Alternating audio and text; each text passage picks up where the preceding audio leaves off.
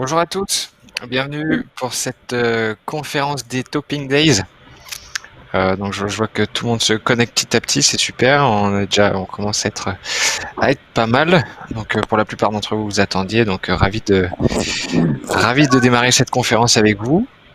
Je laisse couler encore un petit instant le temps que tout le monde vienne et puisse se connecter à la conférence. Alors, bienvenue aussi à ceux pour qui c'est peut-être la première conférence des Topping Days ou si vous potentiellement vous en avez déjà vu quelques-unes depuis ce matin. En tout cas, voilà, on va prendre 45 minutes ensemble pour traiter pas mal de sujets et on espère que ça va vous plaire. Alors,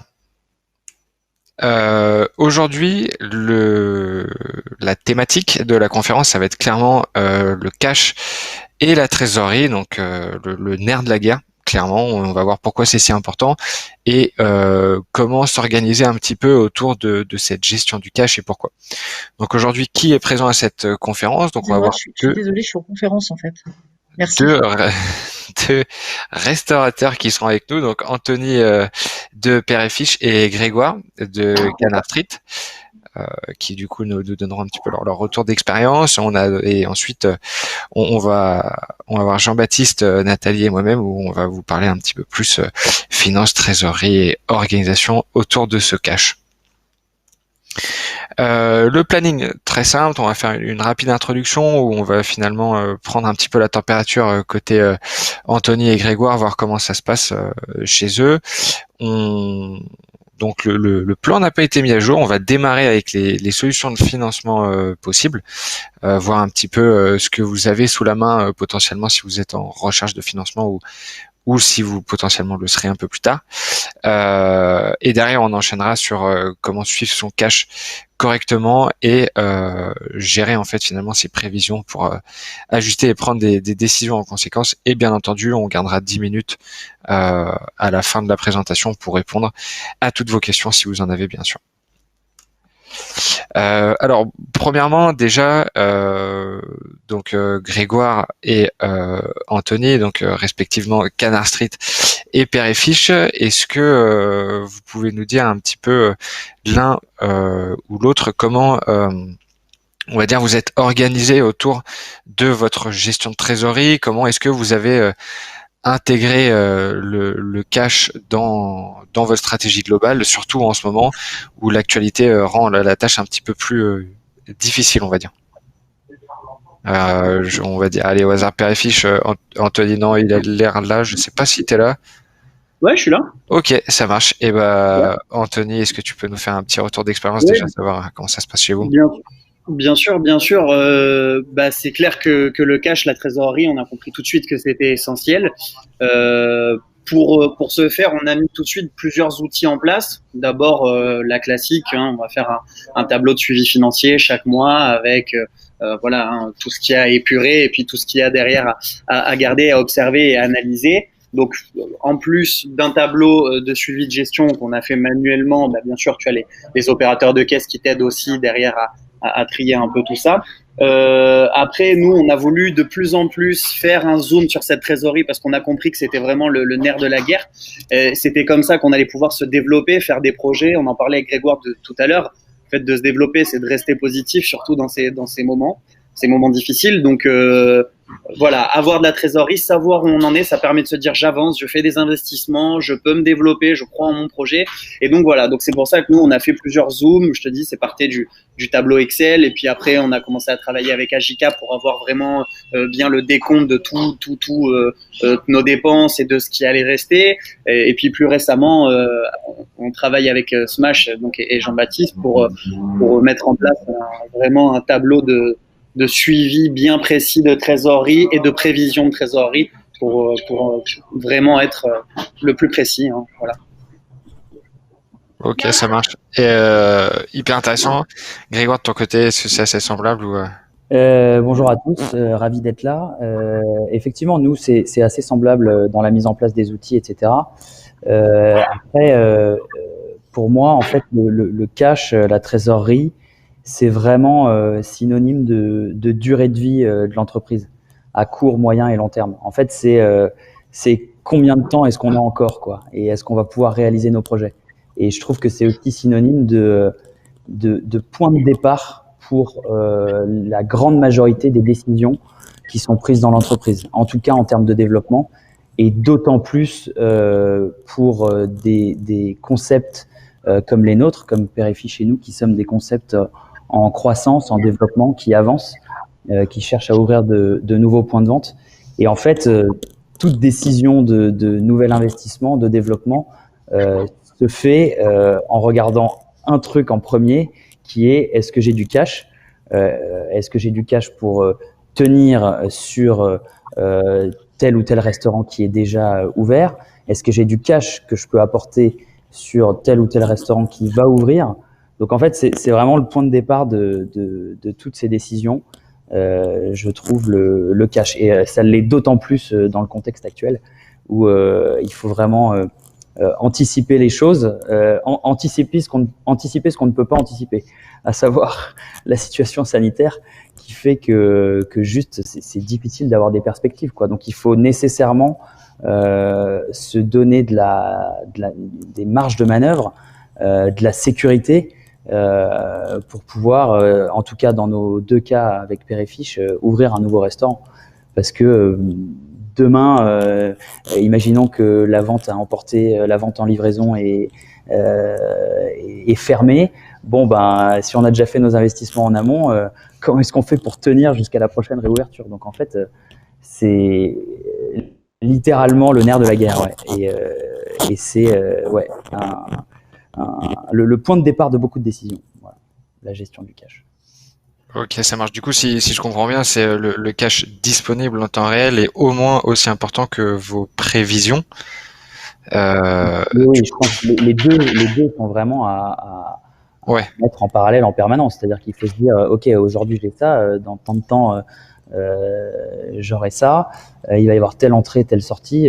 Enfin, juste avoir une vision claire, quoi, parce que c'est essentiel, effectivement. À la fois le cash disponible et free cash flow, je crois qu'on dit comme ça, et le cash prévu qui doit arriver. Yes, exactement. Et du coup, donc évidemment, on est dans une, on va dire, une période un petit peu compliquée. Comment vous faites pour vous projeter? C'est-à-dire que j'imagine que vous faites peut-être plusieurs scénarios en fonction du cash, des rentrées possibles, des sorties possibles, l'ouverture d'un restaurant ou pas. Comment vous gérez ça? Bah, peut-être Anthony.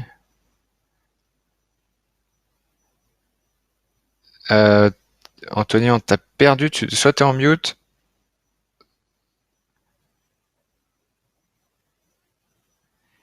Non.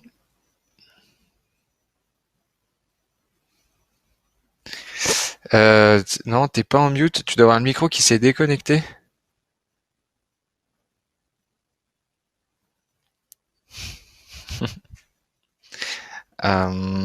Ok, ouais, non, fais peut-être un petit essai ou deux.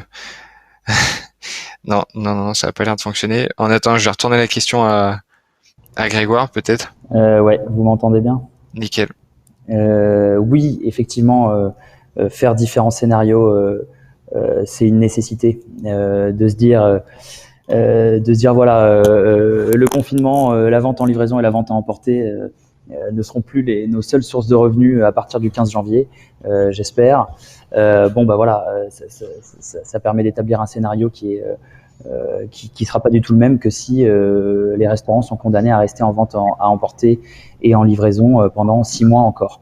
Et encore une fois, comme je disais, le fait d'avoir ces deux scénarios-là, de les voir venir au fur et à mesure, de se dire bon bah d'accord, les prévisions que j'ai faites correspondent plus ou moins à telle réalité ou à telle réalité, j'adapte mes décisions.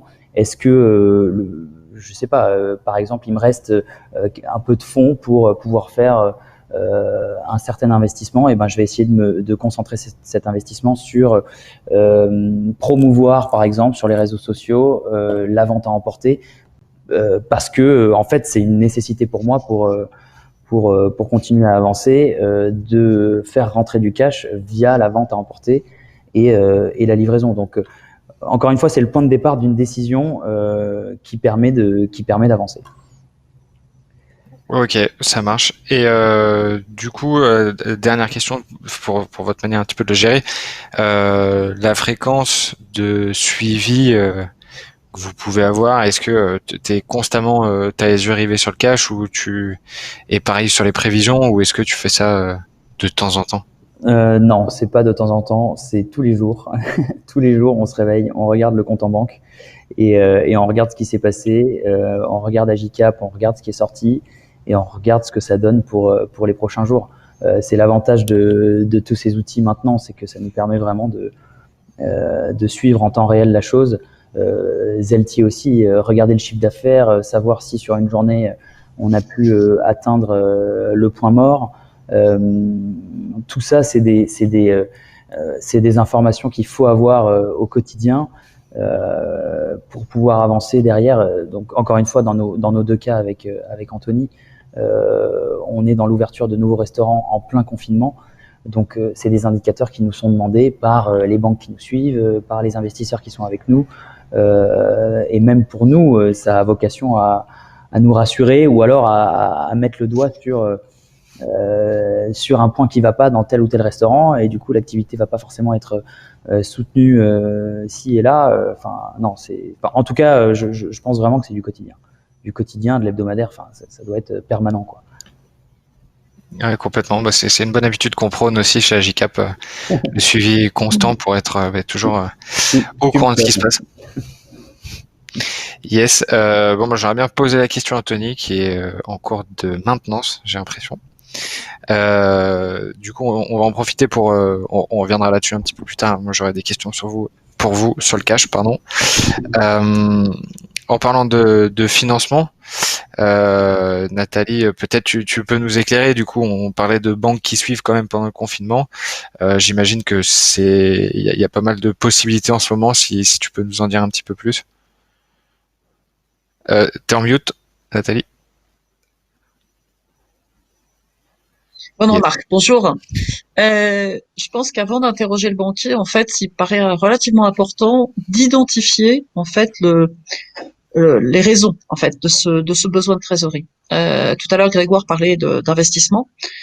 Tout le monde n'a pas la chance, je dirais, de se dire est-ce que j'ai du cash pour investir. Je pense que beaucoup de gens aujourd'hui ont plutôt une problématique qui est de dire oui, on a besoin de cash, mais pourquoi faire. Donc moi, j'invite vraiment l'ensemble des restaurateurs concernés à identifier de manière précise où est le point critique en matière de cash. Donc évidemment, si on a la capacité d'avoir un outil pour le suivre, et ça, je pense que ça vous sera exposé tout à l'heure, vous aurez une visibilité un petit peu plus fine, c'est clair, mais le premier point, c'est de connaître la raison. Donc aujourd'hui, les difficultés, elles viennent d'où?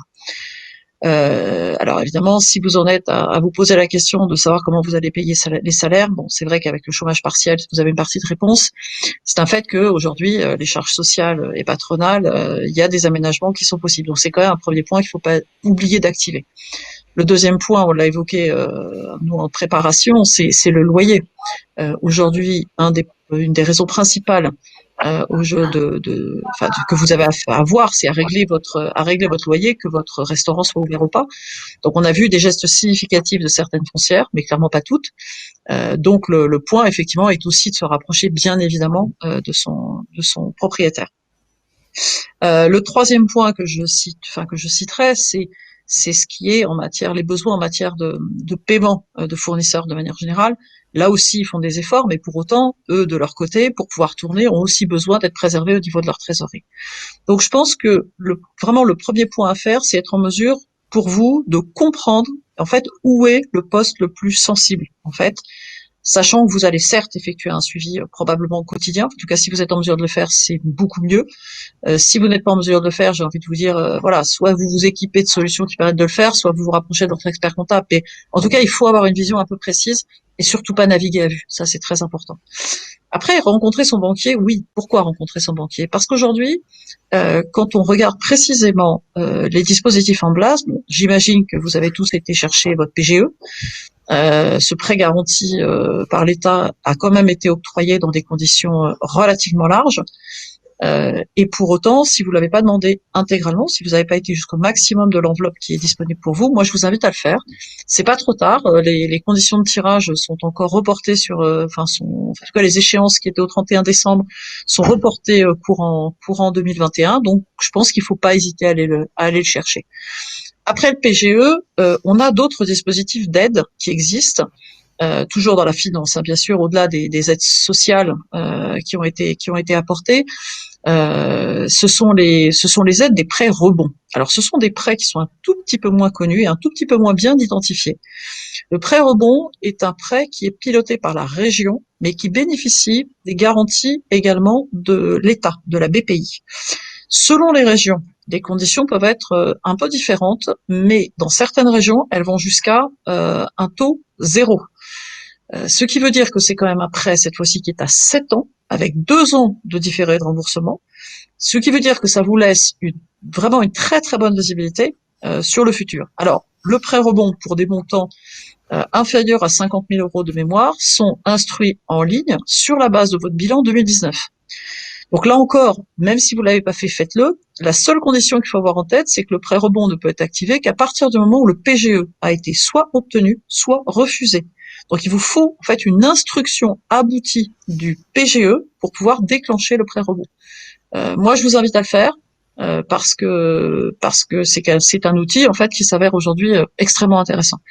Il faut savoir que contrairement au PGE, comme il est connu, on sait déjà qu'il va être à 7 ans, ça vous donne aussi un tout petit peu de visibilité puisque on sait que les PGE, eux, les premiers remboursements qui seront demandés seront courant 2021.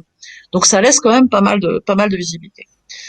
La dernière étape que je suggérerais, c'est quand même de ne pas perdre de vue. Alors vous aurez une conférence spécialement dédiée à ça, hein, je crois que c'est jeudi, en début d'après-midi. Ce sont les procédures. C'est-à-dire mettre votre société sous protection. Ça peut paraître extrêmement, je dirais d'abord anxiogène. Ça peut paraître également très négatif ou péjoratif d'aller sur ce genre de sujet, mais j'ai envie de vous dire que non. Parce que quand vous faites ça, vous êtes en mesure de protéger votre société, vous protégez également vos salariés et vous protégez vos proches, puisque vous avez très souvent, de toute façon, à minima, mis de l'argent dans votre projet.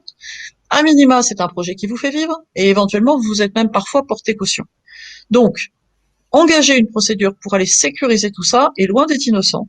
Il faut savoir que les procédures, en fait, il y en a de 7 types différentes et seules les 2 dernières qui sont le redressement judiciaire et la liquidation judiciaire sont des mesures, je dirais, un peu dures, en fait. Vous en avez pas mal d'autres qui sont pas forcément publiques, qui peuvent être aussi des procédures confidentielles.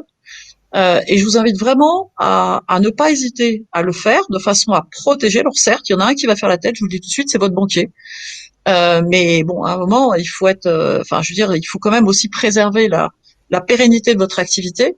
Et c'est vrai que si on en juge, parce que moi j'en ai vu 2 là ces dernières semaines, si on en juge par la position des juges, ils préfèrent avoir effectivement des gens qui ont pris les devants par rapport à ces solutions un peu compliquées pour préserver, réétaler la dette tranquillement, pour pouvoir vous remettre en position de plus avoir le couteau sous la gorge de manière quotidienne. Voilà. Alors, je termine par ce point qui apparaît peut-être un peu anxiogène, mais je pense que une procédure peut être engagée quand on a encore du cash, parce que quand on en a plus, ça devient beaucoup plus compliqué, parce qu'un juge aura aussi du mal, en fait, à prendre position si derrière, si vous avez des dettes fiscales et sociales qui ne sont pas à jour, vous n'êtes pas à jour de vos règlements et qu'en plus vous n'avez plus de cash devant vous. Alors que si vous reste un peu d'argent et que voilà, et que vous êtes plutôt, c'est peut-être le moment de se poser la question, de voir comment est-ce que j'engage ce process. Voilà. Donc PGE, prêt rebond et n'hésitez pas les procédures, je pense. Mais tout ça doit être engagé après des discussions que vous aurez conduites avec l'ensemble des parties que vous avez en face de vous, qui sont des parties prenantes à votre activité. Ok, merci beaucoup Nathalie pour toutes ces précisions. En effet, c'est vrai que la dimension des financements et les différents types peuvent parfois paraître flous. Donc voilà, si vous avez des questions à ce sujet, n'hésitez pas à les faire remonter dans le chat. Alors dans le chat, pardon, dans la colonne questions qui est justement faite pour ça. Et comme ça, en fait, nous on va pouvoir trier les questions et les traiter au fur et à mesure. Voilà. Alors ensuite, donc ça évidemment on va être sur la dimension prévisionnelle, le futur. On va faire juste un rapide focus sur le suivi de trésorerie. En fait, le principe du suivi de trésorerie, c'est un petit peu les questions que je posais tout à l'heure justement à Grégoire et à Anthony, qui nous est revenu d'ailleurs. Du coup, en fait, le suivre son cash, être capable de savoir ce qui se passe, c'est hyper important. Et il faut être le plus organisé possible à ce sujet-là. Donc là, moi, je suis pas là pour vous parler d'Agicap et de ce qu'on fait là-dessus, mais plutôt de comment vous organiser. Donc, première chose déjà, ça va être de construire un tableau de suivi de trésorerie. Donc, ce que beaucoup de gens font, vous pouvez le faire sur Excel. Je vous ai mis dans le chat là un petit lien pour télécharger. On met à disposition gratuitement sur Agicap un tableau déjà fait en fait avec une arborescence prédécoupée pour construire votre tableau. Si jamais ça peut vous aider pour pas commencer de zéro. L'idée dans la construction de son tableau de suivi, ça va être évidemment de voir le principal, tout ce qui est encaissement, décaissement, l'argent qui rentre, l'argent qui sort. C'est vraiment ce qu'il faut avoir en tête. Il faut que ça reste le plus simple possible. Le but, même si les structures, plus elles grandissent, plus elles se complexifient, plus il y a de flux, il faut que le message que ce tableau-là vous donne soit le plus simple possible. Il ne faut pas construire une usine à gaz, sinon vous allez vous en vouloir à vous-même. Donc voilà, donc l'idée derrière quand je parle de structuration du suivi, donc c'est de construire un tableau le plus simple possible et faire des catégories, sous-catégories pour encaissement, décaissement. Comme ça, en fait, en un clin d'œil, vous pouvez voir quel argent rentre, d'où est-ce qu'il vient, et quel argent sort, et comment est-ce qu'il sort, et combien à chaque fois. Et bien entendu, donc ça va être le suivi de trésorerie. Moi, je vous parle que du suivi, non pas du prévisionnel, on va y venir juste après. L'idée là, ça va être d'analyser le pourquoi du comment il vous reste X euros sur votre compte à cet instant T. Et à la fin du mois, ça vous verrez après. Un autre point aussi dans la construction et l'alimentation de ces tableaux, ça va être automatisé au maximum. Donc avec Excel, c'est pas toujours évident. Mais l'idée derrière, en fait, c'est d'éviter les manipulations manuelles qui sont source d'erreur en fait, et qui sont en plus d'être source d'erreur et peu fiables, extrêmement chronophages. Donc forcément, vous allez aller sur votre compte bancaire, remonter les infos, etc. N'hésitez pas, si vous avez des frais récurrents, etc., à les tirer des lignes, copier-coller, etc., pour limiter en fait déjà ne pas les oublier d'un mois à l'autre, et puis essayer en fait de limiter la saisie manuelle, tout simplement. Autre point, ça va être l'actualisation de votre tableau de suivi de trésorerie. Le principe du suivi, c'est que ça soit à jour. Si vous ne l'actualisez pas correctement ou pas assez régulièrement, votre tableau de suivi, il vaut pas grand-chose en fait. Dans ce cas-là, allez vous connecter sur votre compte bancaire, regardez le solde et puis Inch'Allah. Voilà, donc l'idée vraiment, c'est d'avoir un tableau le plus détaillé possible, sans pour autant que ça soit une usine à gaz, et surtout actualisé pour qu'en fait il vous donne une information pertinente. Vous êtes décisionnaire, vous allez vous poser la question, ok, j'ai un investissement à faire, j'ai des gens à payer à la fin du mois, là je dois décaisser mon fournisseur tout de suite, ça fait 3 mois que je décale, est-ce que j'ai assez, est-ce que j'ai pas assez, etc. Donc voilà, c'est des petits points à garder en tête, vraiment pour avoir une notion de ce qui se passe. Donc le solde bancaire, ça suffit pas, et l'avantage de ces tableaux-là, c'est de vous donner toutes les informations pour prendre les bonnes décisions à l'instant T. Et au-delà de ça, un bon suivi, c'est une bonne base pour un prévisionnel. C'est-à-dire qu'en fait, s'il est assez analytique, vous allez pouvoir le reproduire sur les mois qui viennent et construire un prévisionnel qui a du sens et qui va vous aider à prendre les bonnes décisions. Voilà, donc moi je vais pas m'étendre sur la partie prévisionnelle, je vais laisser Jean-Baptiste prendre le relais là-dessus. Mais voilà, si jamais vous avez des questions, n'hésitez pas à les remettre, j'y répondrai juste après. Jean-Baptiste, à toi. Très bien, merci Frédéric, bonjour à tous, je suis ravi d'être là aujourd'hui. Ça me fait très plaisir de prendre la parole sur ce beau sujet qu'est le cash. Alors moi j'interviens pour qu'on comprenne un peu mon propos. Je suis associé de Smash Group. Smash Group, on accompagne des entreprises TPE, PME, start-up sur la finance, le RH et le juridique à temps partagé. On accompagne d'ailleurs Père et Fiche depuis peu et je suis ravi d'être avec Anthony aujourd'hui. Faire un prévisionnel, c'est d'abord se poser une question de fond. On voit ça chez beaucoup de clients. Un prévisionnel ne peut exister et ne peut être juste que s'il est basé sur des process qui sont eux-mêmes, travaillés. C'est-à-dire que avant d'essayer de projeter quoi que ce soit, il faut mettre à place une boucle de procédure. Quel délai de paiement j'ai avec les fournisseurs? Quel délai de décaissement j'ai avec le social? Quand est-ce que tombe mon URSSAF? C'est d'avoir ce book très détaillé parce que sinon, chaque mois, chaque trimestre, il y a des variations qui du coup faussent totalement ces prévisions de trésor. Donc, avant toute chose, commencer à définir ces procédures-là en interne, les contractualiser ou en tout cas communiquer avec les fournisseurs et les clients sur les délais de paiement. Ça, c'est clé aussi, histoire de partir du bon pied et de pas avoir de mauvaises surprises. Pas hésiter aussi à négocier un peu en ce moment vos délais de paiement côté fournisseur pour décaisser un peu plus tard, même si eux aussi ont la pression, c'est important. Et puis bien définir aussi une procédure qu'on oublie souvent. C'est la procédure de relance quand on a des arriérés qu'on n'arrive pas à récupérer ou des sommes qu'on n'arrive pas à récupérer. Pensez aussi à ça parce que vous ne pourrez pas rentrer dans votre tableau de suivi et dans votre prévisionnel des données qui seront justes si vous n'avez pas de procédure de base. Ça, c'est le premier sujet. Deuxième sujet, moi je vous propose pour votre prévisionnel de vous poser 3 questions et en fait du coup de définir 3 KPIs qui vont être clés. Le premier KPI, c'est le burn rate. Le burn rate, c'est finalement le cash que vous dépensez mois après mois de manière générique. Grosso modo, vous savez que sur un mois à peu près type ou sur une moyenne de 6 mois par exemple, vous dépensez tous les mois 50 000, 60 000 euros. Ça, c'est un indicateur clé, relativement simple à définir une fois qu'on a fait ce travail de projection. Faut se poser toutes les questions, de la facture de téléphone jusqu'au salaire, etc., jusqu'aux taxes qui arrivent parfois un peu de manière subtile en fin d'année. Donc le burn rate, c'est clé, c'est aussi beaucoup suivi par les investisseurs et beaucoup suivi par les banquiers. On a le runway. Le runway, c'est finalement le nombre de mois que votre réseau vous permet de tenir. Okay, donc un runway, c'est exprimé en nombre de mois. Je dépense 10 000 par mois, j'ai 100 000 de trésor, j'ai 10 mois du coup de cash devant moi. Ça, c'est un indicateur clé aussi pour vous-même d'abord, pour vous dire, ok, en gros, la ligne rouge est plus ou moins loin. Et puis, on va espérer qu'elle va se décaler dans le temps au fur et à mesure de vos recettes, ça c'est clair. Donc, le runway, le burn rate, c'est 2 indicateurs très simples à mettre en place qui vous permettent déjà, vous en tant que dirigeant, de vivre un peu mieux cette notion du cash qui est toujours source d'angoisse et de stress. Enfin, et ça je rejoins le propos de Nathalie sur les procédures collectives dont elle faisait mention, l'idée que si vous rencontrez des difficultés ou que vous anticipez des difficultés, il faut aussi prévoir un 3e indicateur, ce qu'on appelle la cessation des paiements. Sur Internet, vous avez trouvé pas mal d'informations sur le sujet, c'est la différence entre votre actif éligible et votre passif éligible. Un peu comptable, mais vous pouvez aussi demander la question à un comptable.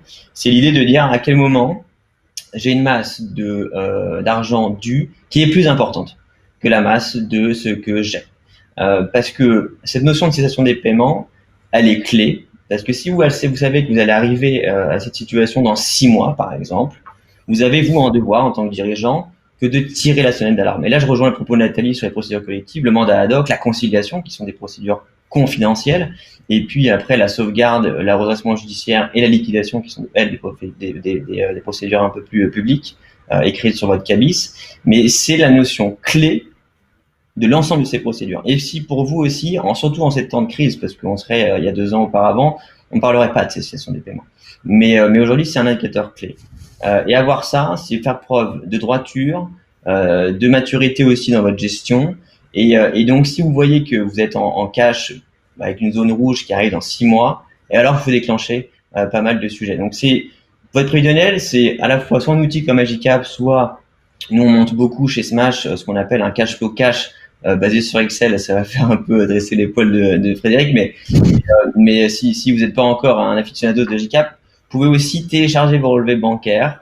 Donc en Excel, il y a des banques qui font encore du PDF, mais bon, si on pousse un peu, elles font de l'Excel, et de taguer finalement ligne par ligne, avec des formules relativement simples, avec des sommes si en fait, on va taper le relevé bancaire pour après avoir un suivi un peu plus simplifié, mais de suivre ça de manière assez mécanique, et puis finalement aussi, une fois qu'on a la structure, qu'on a la technique, la méthode, que nous on vous conseille côté Smash, clairement en ce moment, c'est celle du bon père de famille. Soyez extrêmement conservateur dans vos prévisions, c'est-à-dire voire moins bon, voire plus bas que une potentielle réalité. C'est ce qu'on fait chez tous nos clients. On est extrêmement agressif sur cette partie conservatoire parce que on ne veut que avoir des bonnes nouvelles. Et ça évite aussi du coup de un peu s'emballer et voilà, s'emballer sur la suite. Donc attaquer l'année 2021 en disant je sens que ça va être un peu encore dur, fine, et du coup je vais projeter peut-être 20%, 30% de moins que ce que j'aurais fait si on était dans une situation un peu moins particulière. Ça c'est sur la méthode. Et en plus ça rassurera finalement aussi les tiers financiers qui prennent part à votre dossier, que ce soit des banquiers, des investisseurs. Ça montre quand même que vous êtes capable de rentrer dans une peau, celle du dirigeant et celle qui est reconnue aussi par vos banquiers. Ils préféreront avoir un prévisionnel un peu trop conservateur que l'inverse. Ça, c'est sur la partie méthode. Enfin, dans ce prévisionnel, moi, ce que je vous conseille aussi d'avoir, c'est ce point bas, cette ligne rouge à ne jamais atteindre, qui est un peu, en fait, il y a deux possibilités pour atteindre ce niveau. C'est ce qu'on appelle le BFR normatif. C'est vraiment l'enveloppe de cash qu'il vous faut de manière récurrente. Pour ceux qui ont un peu d'historicité, c'est relativement simple parce que vous allez pouvoir un peu analyser ce qui s'est passé sur les derniers exercices ou sur les derniers mois. Pour ceux qui débutent, ça demande effectivement de se poser ligne par ligne et vous trouvez sur Internet pas mal de templates pour essayer de décomposer vraiment toutes vos charges ligne à ligne. Mais cette ligne rouge, elle est clé parce que c'est aussi le moment où il faudra aller voir son banquier pour dire est-ce que tu pourrais me libérer une facilité de caisse, peut-être un découvert sur un mois, le temps que je repasse au-dessus de cette ligne rouge. Donc un prévisionnel, c'est souvent sur quelques mois, qu'on refresh pas forcéément tous les jours. On a autre chose à faire quand on est dirigeant et restaurateur. On va plutôt chercher, en tout cas nous on propose plutôt du mensuel, voire du trimestriel pour celles qui ont un peu plus d'assises, mais et puis celles qui sont un peu plus cash intensive hebdomadaires. Mais ça c'est voilà. Construisez ce prévisionnel là, ne le faites pas sur 20 ans parce que ça sert certainement à rien, ce sera forcément faux. Et soyez pragmatique là-dessus. Et pour optimiser votre prévisionnel, pareil, je rejoins les propos de Nathalie, allez chercher le dispositif d'État et aussi pensez que avant peut-être de déclencher des procédures type procédure judiciaire, on peut en fait emprunter finalement quelques techniques sans les déclencher à ces procédures-là. Vous pouvez prendre un peu de retard sur votre social, c'est-à-dire ne pas payer l'URSSAF, pas salarial, en revanche c'est pas l'argent qui vous appartient. Le patronal, on peut se permettre d'avoir 2-3 mois de retard. Il faudra quand même discuter rapidement avec les URSSAF. On peut aussi se permettre de déconnecter un peu de TVA. Pareil, du bout de 2-3 mois, il faut très rapidement discuter avec son SIE. Si vous avez les deux, vous discutez avec la CCSF. Voilà. Si vous avez que un de chaque, c'est URSSAF d'un côté et SIE de l'autre. Si vous avez les deux, CCSF. Si vraiment vous voyez que la ligne rouge s'approche trop vite dans les prochains mois, n'hésitez pas. En temps de guerre, il faut savoir mettre un peu les armes qui vont en face. Donc voilà un peu mes conseils sur comment construire ce prévisionnel, les grands indicateurs et puis les techniques aussi pour l'améliorer dans les prochains mois, le temps qu'on y voit tous un peu plus clair. Hyper clair, Jean-Baptiste. En effet, après, je ne blâme pas l'utilisation d'Excel. Au contraire, enfin, je pense qu'il faut utiliser ce qui semble adapté. Donc, AJCAP, Excel ou peu importe. Le but, c'est vraiment d'y voir clair et prendre les bonnes décisions. Donc, en effet, et c'est pour ça que c'est à ça que sert le prévisionnel et les différents scénarios, c'est se projeter au maximum.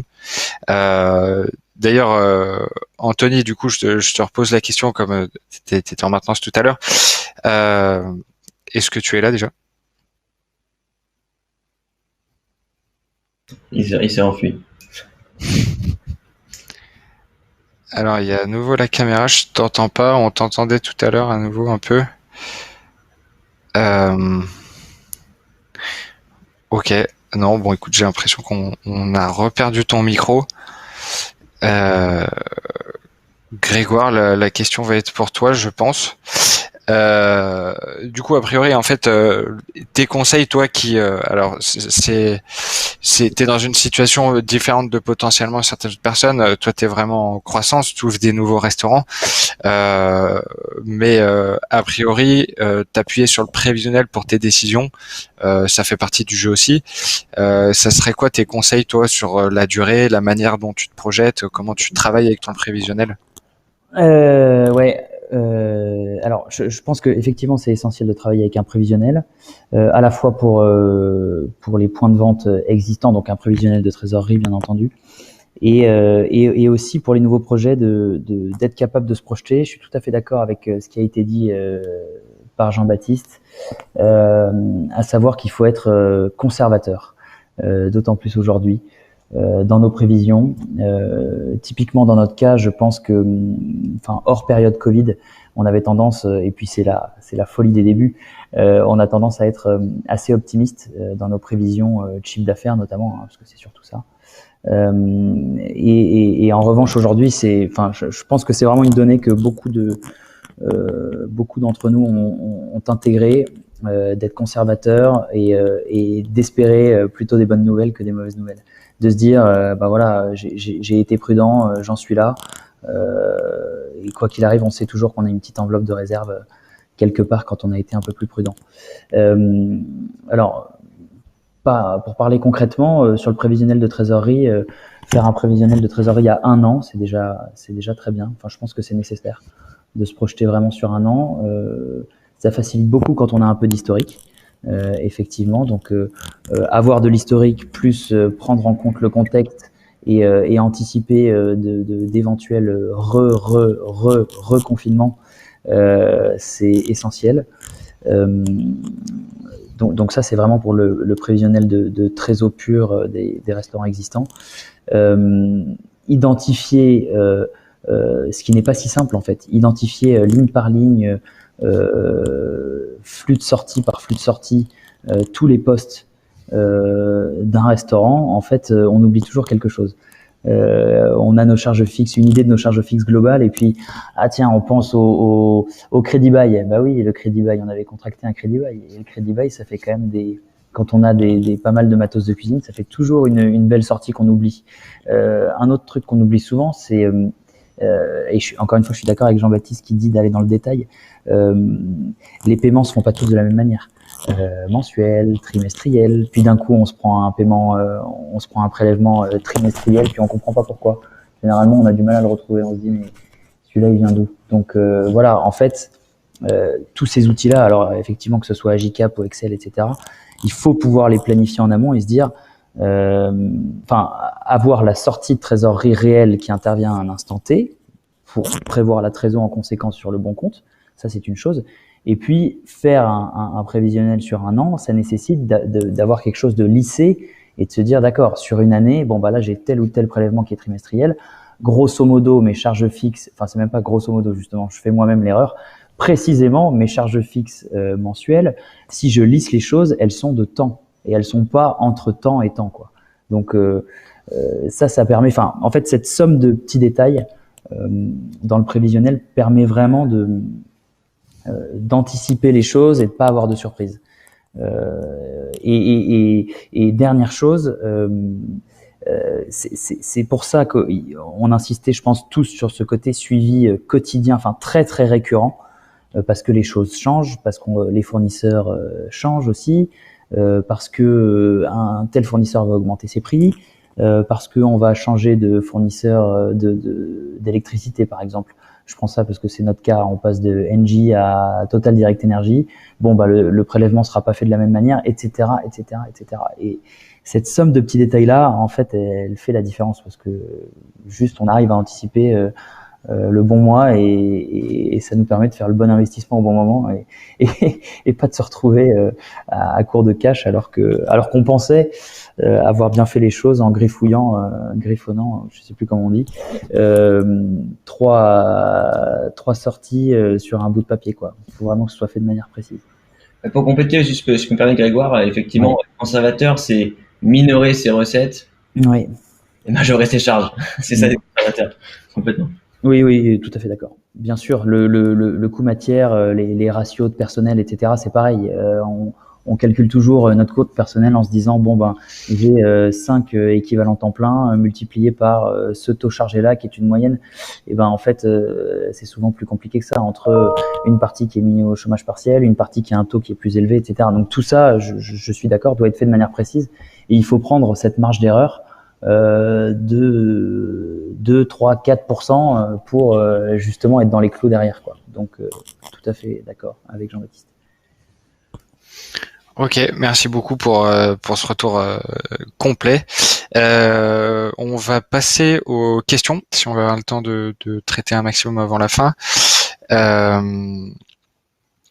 Alors, tac. Donc on a parlé donc des procédures confidentielles. Si je dis pas de bêtises, voir si on avait une petite tac. Les procédures. Donc je pense que c'est plutôt pour Nathalie. Tous les procédures d'ordre privé. Donc idem. Autre question pour Nathalie. Si mon expert comptable n'est pas assez compétent sur ce type d'accompagnement, à qui puis-je m'adresser? Alors, je vais répondre rapidement pour deux raisons. La première, c'est que il y a vraiment une conf dédiée à ça demain, donc, enfin après-demain. Donc, je vous invite franchement à l'écouter, ce sera plus simple.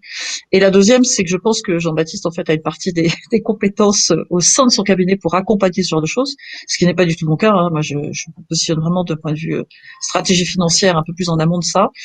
Euh, les procédures, en fait, il y en a deux. Ce sont le mandat ad hoc et la conciliation. Ça, c'est très clair. En fait, enfin, pour ce qui est du détail, je vous dis, je renverrai, et si Jean-Baptiste veut compléter, surtout qu'il n'hésite pas à le faire. Et pour ce qui est de avec qui faire ça, en fait, vous avez plusieurs interlocuteurs. Le premier, je pense qu'il faut être important, c'est quand même votre expert comptable. C'est par lui qu'il faut commencer. La fin, je dirais celui qui va lancer la procédure formellement et vous accompagner avec les bons textes, potentiellement, c'est effectivement un avocat spécialisé en accompagnement des entreprises en difficulté, il y en a. Et entre les deux dispositifs, et je pense que c'est intéressant, c'est ce que dit Jean-Baptiste dans le live chat, c'est que des structures comme la sienne, Smash, font cet accompagnement, puisqu'il l'a très clairement expliqué tout à l'heure, vu qu'il y a une dimension juridique, une dimension de DAF.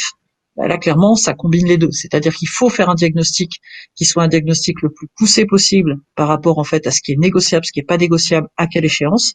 Sortir, du coup, un prévisionnel de trésorerie à partir de ça, et bien entendu, prendre les dispositions nécessaires. Je te laisse compléter, Jean-Baptiste, peut-être, ce sera plus simple. Ouais, mais c'est très clair sur l'idée, en fait, c'est qu'il faut avoir une tactique d'approche quand on commence à voir la zone rouge arriver et que avant de déclencher une procédure, il faut quand même un petit peu travailler, notamment sur ces prévisions de trésor, comprendre exactement les masses qui sont en train d'être retardées aux portes de votre banque, et surtout éviter de rentrer, comme disait Nathalie aussi tout à l'heure, à très juste titre, rentrer dans une procédure de la mauvaise manière. Rentrer du cash, c'est clé. Donc, il y a des questions à se poser en amont. Le mandat ad hoc et la conciliation, je pense que vous pouvez les chercher sans faire appel à un avocat, et c'est des procédures relativement simples à mettre en place. Moi, ce que je vous invite à faire aussi, c'est, on a vu des nouveaux acteurs naître de cette crise, ce sont les administrateurs judiciaires. Alors, c'était pas nouveau, ça fait quand même pas mal d'années qu'ils sont là, mais ils étaient cachés, tapis dans l'ombre depuis 2008. Et en fait, c'est des gens qui aujourd'hui ont ouvert une ligne verte. Il y a un 0800 gratuit, vous trouvez sur Internet, je crois, assez facilement, ou sinon je pourrais peut-être vous le retrouver aussi. Et vous pouvez les appeler.